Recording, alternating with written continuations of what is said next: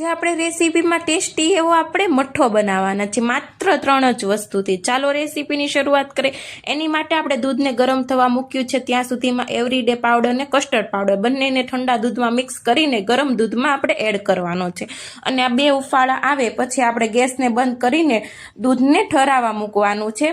આંગળી ડૂબે ત્યાં સુધીમાં ઠરાવા મૂકીશું અને પછી આમાં છાશ નાખીને દહીં કરવા મૂકીશું અને આપણું દહીં તૈયાર થઈ ગયું છે। હવે આપણે કોટનના કપડામાં દહીંમાંથી આપણે પાણી કાઢવાનું છે। આવી રીતે ગાંઠ મારીને આપણે પાણી નિતારવા મૂકી દેશું। મેં જો આટલું પાણી કાઢ્યું છે।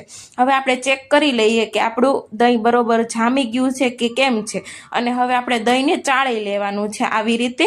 અને હવે પછી ખાંડને પણ ચાળવાની છે। આપણે ખાંડ દળી હોય ત્યારે ઝીણી ઝીણી કટકી રહી ગઈ હોય તો આપણે ચાળીને નાખીશું, કેમ કે દહીંમાં પછી ખાંડ ઓગળે નહીં એટલા માટે। અને હવે તેમાં આપણે ડ્રાય ફ્રૂટ એડ કરી દઈશું ને આપણો લિક્વિડ મઠ્ઠો અથવા તો ખાલી મઠ્ઠો તૈયાર છે।